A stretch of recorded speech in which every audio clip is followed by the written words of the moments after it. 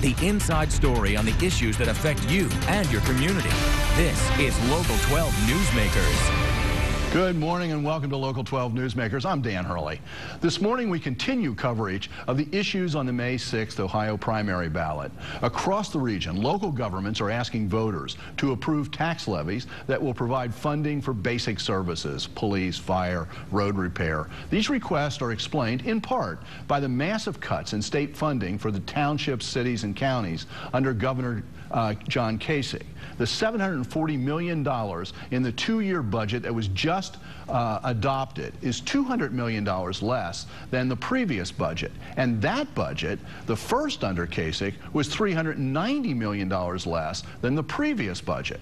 In addition, local governments have lost another $250 million a year from the elimination of Ohio's estate tax, the tangible personal property tax, and the public utility tax. While the governor brags about the projected $1.5 billion surplus for the state, local governments are left figuring out how to pay for basic services. For townships, the most basic form of local government, the options are limited. The typical approach is a property tax, X amount of millage per $100,000.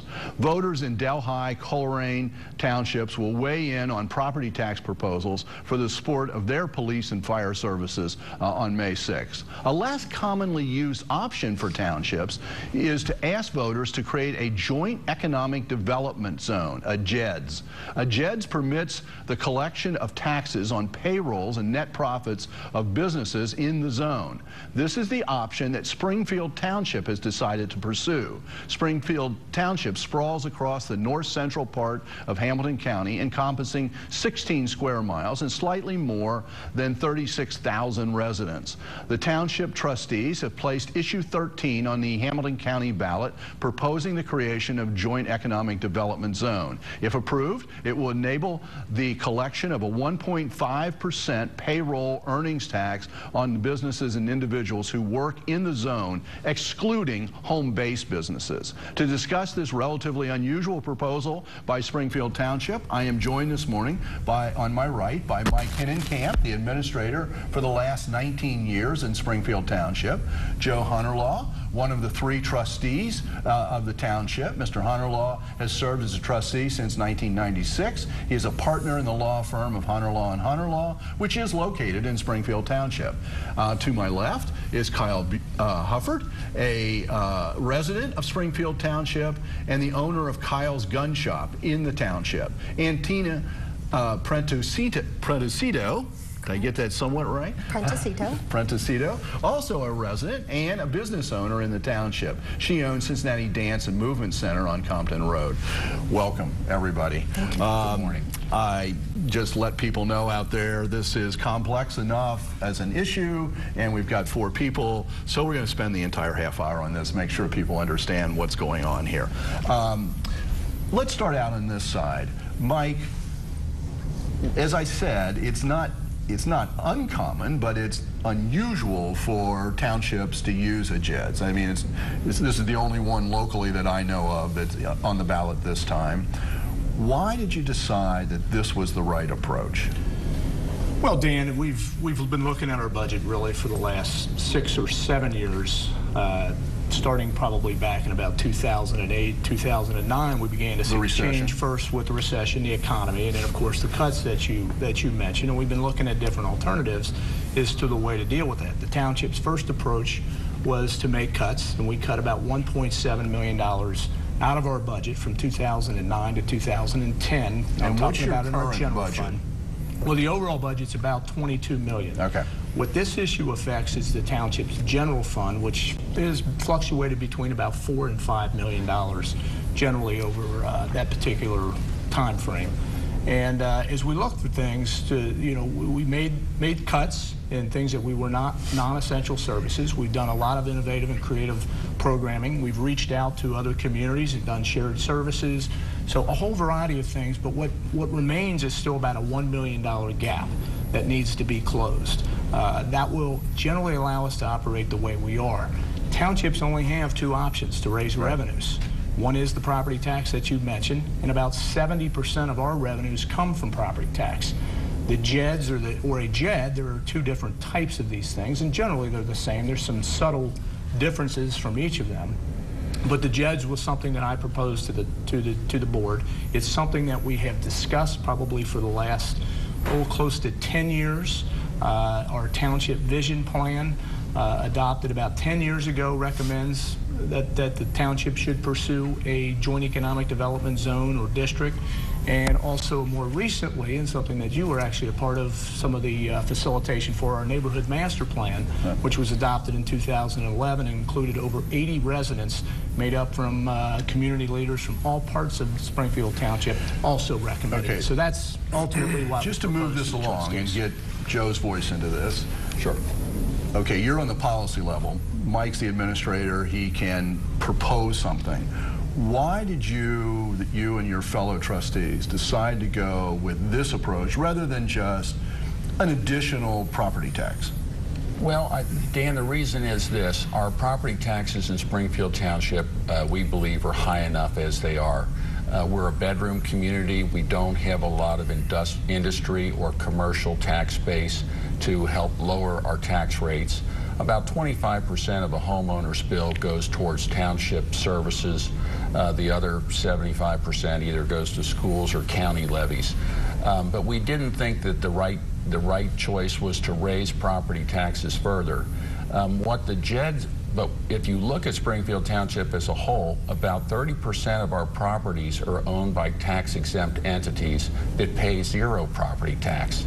Most importantly, maybe Winton Woods? Winton Woods would be one. The Hamilton County Park District has their administrative offices. There's St. X. There's other schools, throughout, and other nonprofits. And so those entities pay nothing, even though they use our services every day.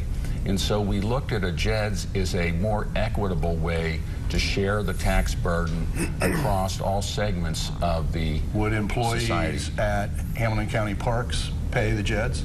Yes, they would. And teachers at St. X High School and other schools? They would. Okay, so it would be getting money in from people who don't pay in now and not having residents pay more. Is that the point? That is the point. And actually, the way that it's proposed, there's a joint, there is a economic development grant for anyone who lives in the township and say works in the township.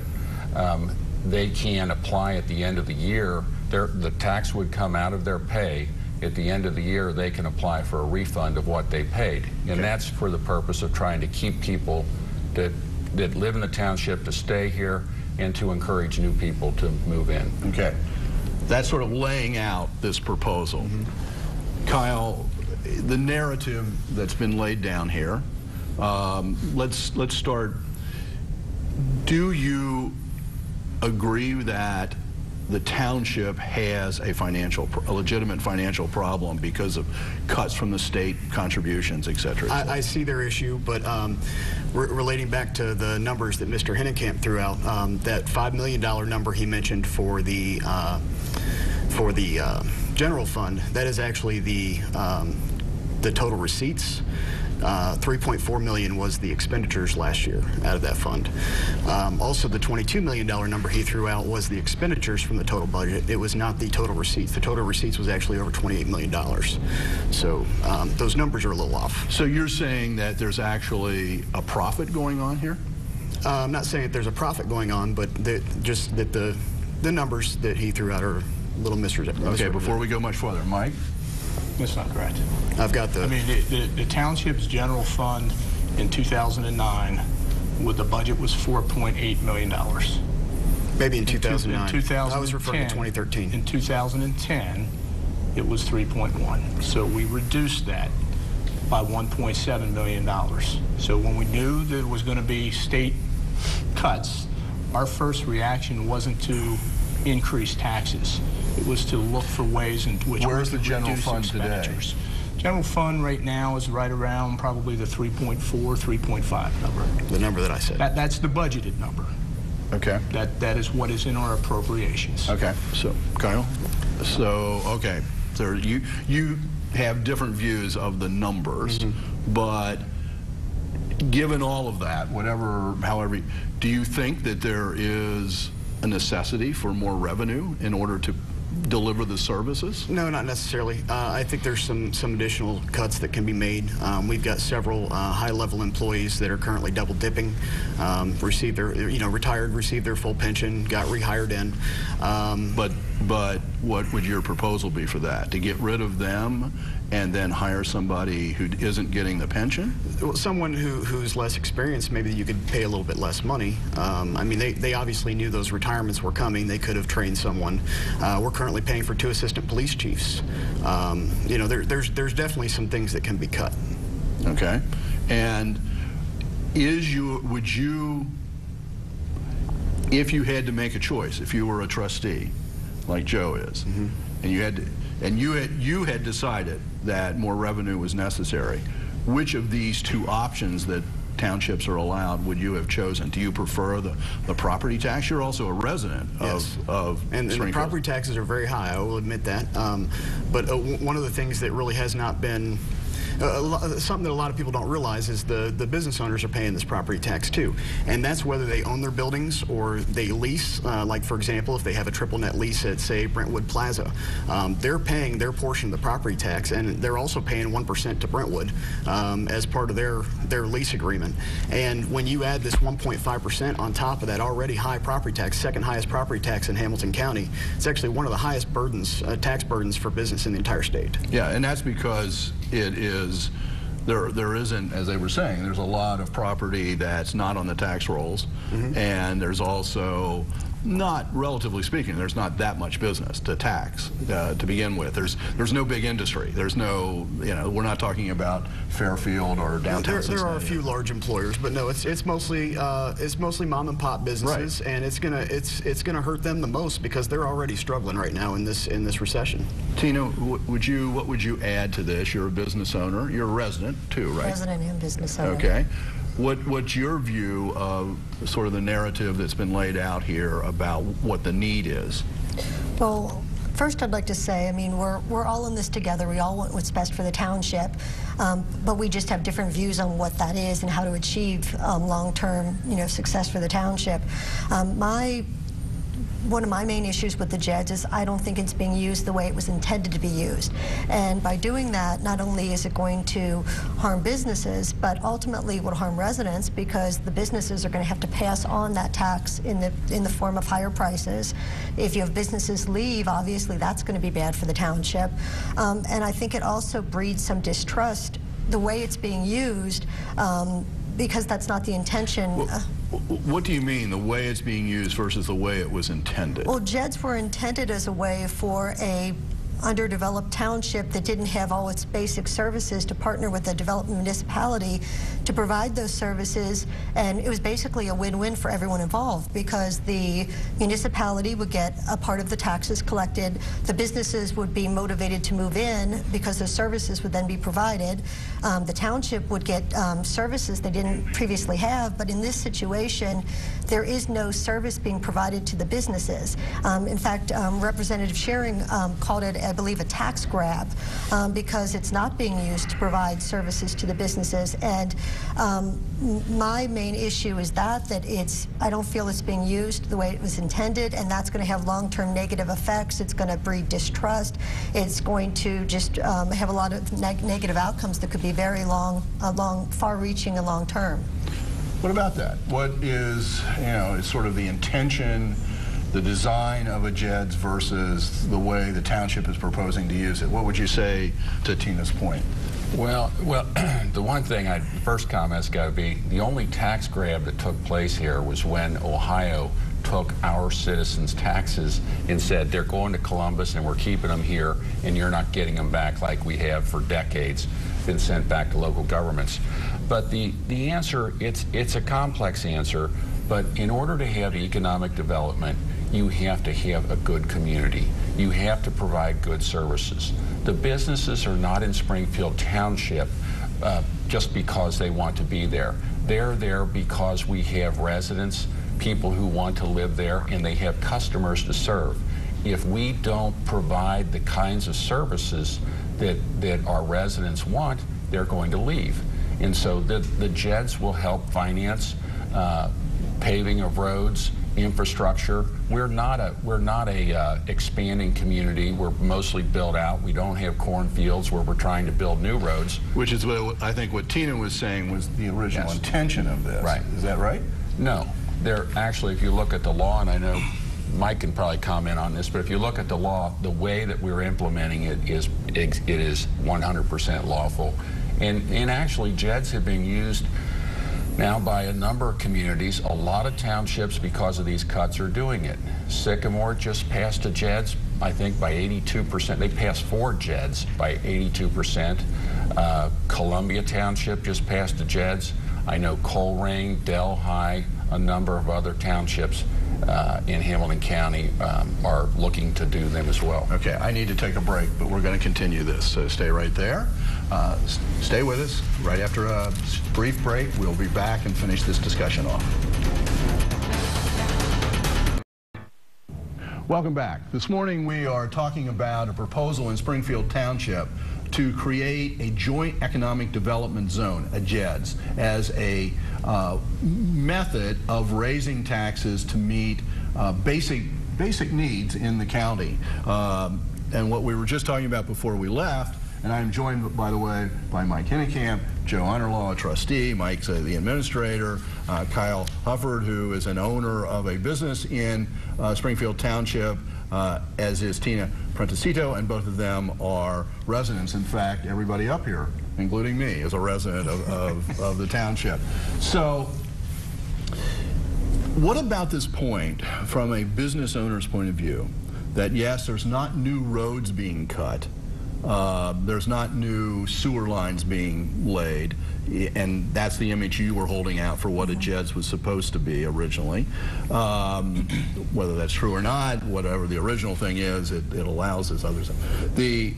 What about the point that Mike was making, though, or Joe was making, I guess, that basic services have to be delivered to the businesses? And we all know that after this winter, we've got road work to be done in Springfield Township and all over this area, and yet the special road levies that have been on the ballot the last few years, those have all gone down. So it all comes back to this. So what do you say about that? Aren't those services that businesses need? Well, Sure. sorry, before we answer that question, can I go back to, I don't remember which said it, but about the JEDs being lawful? That's probably only going to be lawful for another few months, because House Bill 289 has been introduced to stop this kind of use of the JEDs, which further backs up my point that that's going to make people feel uneasy about this situation with the JEDs, because these kind of JEDs are not going to be allowed much longer. You know, it's been called exploitation of the original intent of the JEDs. Well, before we get off that point, where does that stand in the legislature? I believe it's It passed just the had House. its third Senate Finance Committee hearing. Okay. So it's already passed the House. It's in Okay, Senate it's passed the Finance House. It's in the Senate. It's had several hearings. Okay, all right. What were you? What I was going to say was, ever since this proposal first came up, that's what they've been saying. We need this money to fund, you know, everyday services in the township. That's not what this was designed to be used for. We're not getting any new services for this tax that we're going to have to pay, and you know. Especially, you have to look at, there's a lot of lower wage workers that work in the township, people that are in restaurant and service jobs and things like that. That's going to affect them an awful lot, you know, and the employers are going to kind of pay this in a twofold way. Not only are they going to have to pay this out of their earnings, but these employees that are going to have to pay it out of their paychecks, they're going to be expecting higher wages in order to retain them and that sort of thing. And they've said numerous times during the course of this whole thing, when we've gone to all the public meetings, that, you know, this is for funding everyday services. It's not for economic development. You know, they may be trying to bill some of that as economic development, but we don't see it that way. And also, they've been selling this thing with a lot of fear. They initially were saying, oh, we're going to have to cut police and fire. Well, we were able to kind of get them to stop that argument because we pointed out, well, the police and fire departments are funded on their own levies. They're threatening the seniors that they're going to have to close the senior center. When in a budget meeting on December 26th, the video of which we have on our website, stopthejeds.com, stated that the senior center and the Grove Banquet Hall are self-sustaining and may even turn a profit this year. Why would they close them if they're going to turn a profit? What about that? If this doesn't pass, what are the implications, including some of the specifics? Well, let me touch on a couple of things. Yeah. First off, this is pretty typical of what this organization, this anti-Jeds group, has done. Is they take certain facts and they twist them around, and they get about 50% of them correct. The idea that Jed's law is not for this is one legislator's opinion thus far. That law hasn't passed. It's been changed numerous times, and it is going to be used for economic development. The township owns about 50 acres, the old Warder Nursery property, that we're hoping to develop. Will we have to put new infrastructure in there to accommodate the development? That's quite possible, and that's what this will be used for. The general fund currently has budgeted about $500,000 for road-related issues, service department things that would typically have been paid out of our service department funds. There's not enough money in those funds to do that, so we're going to have to augment that by even another $250,000. So most of the infrastructure projects are repaving. We are a built-out community. We're not cornfields. We are an existing first-ring suburb. So our economic development is slightly different in the type of infrastructure that one legislature imagines Jeds to be because he's putting them in for rural areas. Other Jeds have been used all across the state. So back to the other point of the fact that these services aren't economic development, they are. Well, what about the point that the senior center, what will this impact? If this doesn't pass, does it affect fire? Does it affect police? It will affect all departments, but mostly what it's going to affect are those things that are being paid out of the general fund. And if we have to cut, so far we've cut about 37% of our general fund.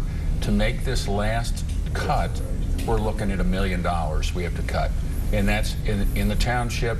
Our biggest expenditure is salaries. It's people. We're going to have to fire people. It's going to primarily come from our road district. We're not going to have a number of employees to be able to maintain our parks, so we're going to have to close parks. We won't have then the number of drivers we need to plow snow. So we're not going to have the kind of service we've had like that in the What past. happens this winter? I mean, all governments are dealing with this, a really bad winter this winter. How much over did you go, and this comes out of general fund, I suspect, for just clearing snow and dealing with the winter weather? well, just on a material cost, we're anticipating that to be about $130,000. Is that salt? That's salt. Okay. Yeah, because we depleted our supply, so typically we're not replenishing that at the same level that we'll have to do. We're going to need close to 5,000 tons replenished, and the cost of salt is being anticipated. It hasn't been bid yet, so we don't know this for sure. It's anticipated to go higher. What about overtime? Yeah, those numbers aren't full. You know, they're probably looking at probably between 15%. 20% in overtime, so they're certainly going increases. Kyle brought up this issue before of that you have employees that are double dipping, that have retired and then be rehired. Could you get rid of some of them, hire lower paid, younger employees? Already paying for 2 assistant police chiefs. One of them. What about 2 assistant police chiefs? If I can address that, we have succession plans in each of all of our departments. In the case of our police department, we didn't add individuals, so rank changed. We had a captain that went to, or a lieutenant who went to assistant police chief, because in anticipation, our assistant police chief will become the police chief. That is anticipated to happen at the end of the year. When we made that move, the cost of the township was reduced. This notion that double dipping costs township taxpayers more money is simply not true. It actually is less. It costs the township less money to rehire someone in. It doesn't cost the taxpayer more, it doesn't cost the township more, and when we did that in our service department, the same case. His benefit levels were reduced, not increased. So it is a net savings to the township by doing that. What do you, both of you are residents and business owners, this point that you would be able to get a rebate back on the taxes that you paid if this passes. What do you say to that? I mean, that does seem to reach out to you. I think it amounts to nothing more than buying votes, honestly. And this whole time, it's just been a grant for people who work in the township and live in the township. Only recently have they also extended that to the business owners. And business owners that live in the township own 50% or more of their business and live in the township. And what I would say to that is, you know, that's going to affect very, very few people. And the reason that I suspect that the township officials did that was in the hopes, since me and Tina are the ones that are pretty much running this thing as far as opposing it. Okay. I'm out of time. Okay. Unfortunately. So thank you very much. Complex issue, important not only to Springfield Township, but the rest of the region. Thank you for joining us and making Newsmakers part of your Sunday morning. Join us again next.